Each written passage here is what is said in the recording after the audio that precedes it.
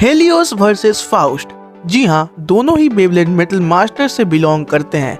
जहाँ पर Faust belong करता है बेब्लेड मेटल मास्टर सीजन से, वहीं पर हमारा सबका चहीता हेलियोस बिलोंग करता है बेब्लेड मेटल मास्टर्स की मूवी से। तो बात ये आती है कि इन दोनों में से सबसे ज्यादा ताकतवर कौन है, क्योंकि दोनों कैरेक्टर्स की ही आइडियोलॉजी सेम तरीके से चेंज हुई है। दोनों ही ब्लेडर्स अपने शुरुआती दिनों में या फिर कहा जाए बचपन में काफी ज्यादा अच्छे थे एंड काफी ज्यादा अच्छे ब्लेडर भी थे, लेकिन वहीं पर आगे जाके वो लोग विलन बन जाते हैं किसी कारण से, लेकिन उसके बाद वो लोग फिर से वापस अच्छे बन जाते हैं। यहाँ से पता लगता है कि दोनों का ही जो आइडियोलॉजी है वो सेम तरीके से ही चेंज हुई है।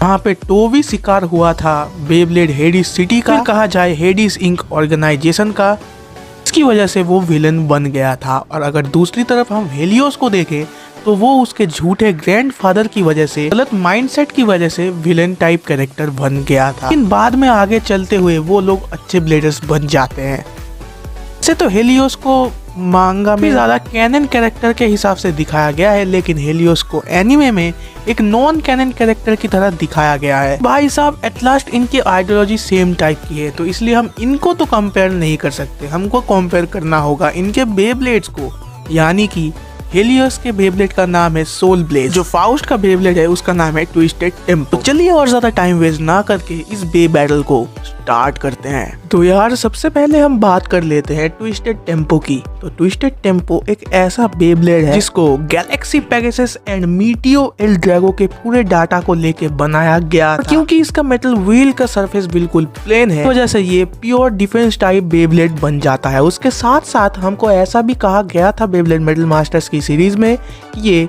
बहुत ही ज्यादा तक स्पिन कर सकता है, या फिर कह सकते हैं कि ये हमेशा इसके लिए स्पिन कर सकता है। साथ साथ इसकी जो पावर्स एंड एबिलिटीज जो हमको दिखाई गई थी कि ये अपने आसपास के टाइम को मैनिपुलेट कर सकता है, या फिर हम ऐसा कह सकते हैं कि इसका ओपोनेंट जो इससे लड़ रहा होगा तो उसका जो एक माहौल क्रिएट होगा ओपोनेंट ब्लेडर और ट्विस्टेड टेम्पो के ओनर के आसपास, उस हिसाब से वहाँ का टाइम वो ट्विस्टेड टेम्पो कंट्रोल कर सकता है। वो चाहे तो वहाँ के टाइम को रोक भी सकता है या फिर फास्ट फॉरवर्ड भी कर सकता है। इसके अलावा भी इस बेब्लेड के पास है स्पाइरल पावर, जो कि ये इनफिनाइट तौर से रिलीज कर सकता है। एनर्जी का सप्लाई कभी खत्म नहीं होगा, ये पूरी धरती को हमेशा के लिए पावर प्रोड्यूस करता जा सकता है। ये तो हो गई इसकी स्पाइरल एनर्जी। अब इसके बाद आता है इसका स्पाइरल डायमेंशन। इसके पास एक खुद का स्पाइरल डायमेंशन है।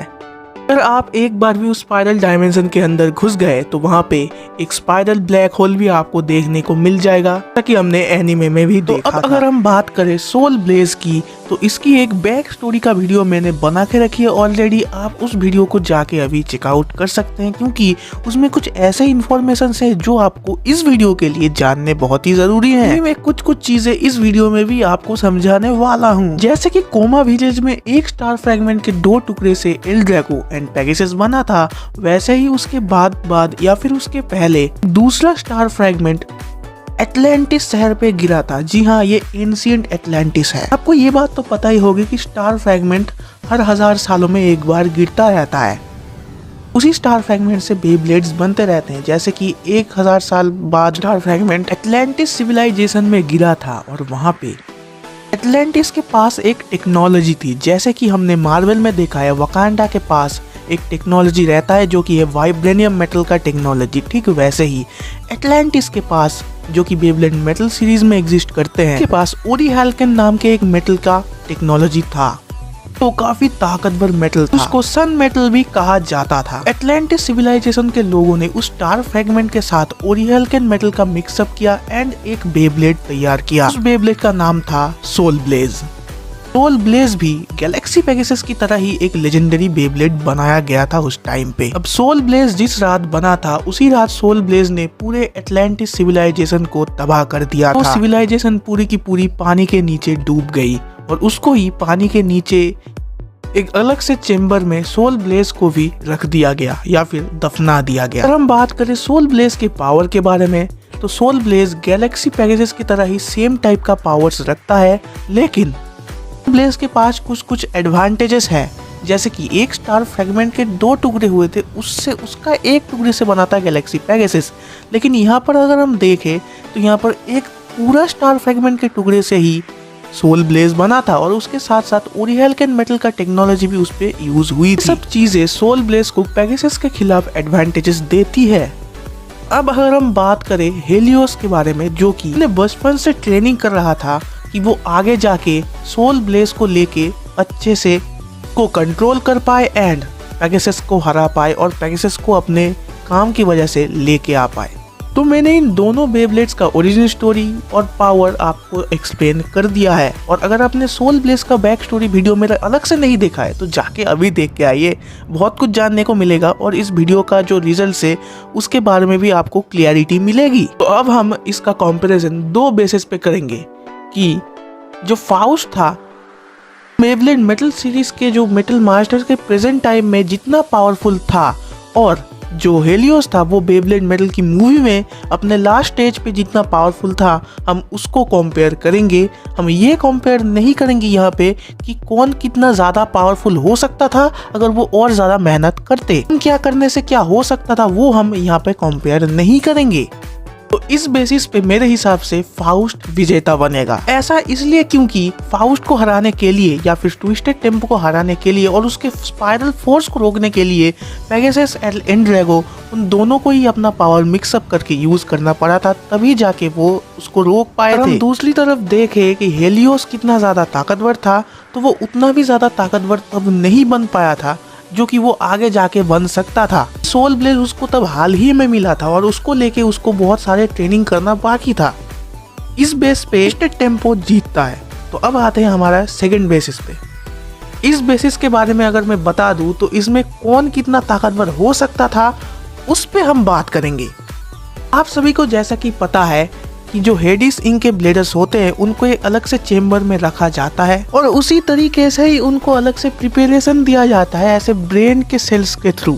अब क्योंकि जो डॉक्टर जिगुराट है वो ब्रेन का डॉक्टर था, इसलिए उसने एक ऐसा इन्वेंशन कर दिया जिससे कि लोग बिना ट्रेनिंग करके ऐसे ही ताकतवर बन जाते हैं। ये चीज जैक, डेमियन सब लोगों ने किया था और हमारे जियो भाई को कैसे ही भूल। ठीक है, ऐसे ही फाउस्ट ने सबसे ज्यादा और खतरनाक वाला चेम्बर में रह के अपनी प्रिपरेशन पूरी की थी और उससे निकला था। इधर अगर हम बात करें तो जैसे कि आपको सबको ही मैंने बोला कि हेलियोस काफी ज्यादा ताकतवर बन सकता था क्योंकि उसने अपना जो सोल ब्लेज है वो शुरू में ही लिया था और उसको और ज़्यादा स्क्रीन टाइम नहीं मिला, उसके एक नॉन कैनन की तरह ही हमको दिखाया गया, इसलिए उसको ज़्यादा हमको पावरफुल नहीं लगता। लेकिन वो कितना ज़्यादा पावरफुल है आप सोच नहीं पाओगे, क्योंकि आपको याद होगा कि स्पाइरल फोर्स से लड़ते टाइम झिंगा के जो गैलेक्सी पेगासस है वो कैसे तोड़ मरोड़ गया था और आपने वो चीज़ देखी भी थी।